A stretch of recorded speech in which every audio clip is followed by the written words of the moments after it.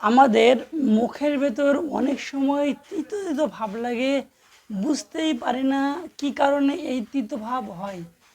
তবে অনেক সময় গ্যাসের জন্য হতে পারে, বা অনেকক্ষণ পরে খাবার খেলে পরে এই তিতো ভাব হতে পারে।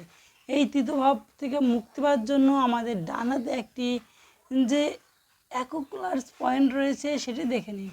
এই আমাদের যে মধ্যমের পরে অনামিকা, অনিষ্টের করে কনিষ্ঠা, এবং এই কনিষ্ঠা অনামিকার মাঝে বরাবর ঠিক এইরকম পজিশনে এবং বৃদ্ধাঙ্গুলের ঠিক লম্বালম্বি আমরা যে 90 ডিগ্রি করে দেখি এইভাবে, তো এইরকম জায়গায় আমরা একটি পয়েন্ট পাবো। এই পয়েন্টটিকে আমরা চাপ দেব 1 থেকে 2 মিনিট।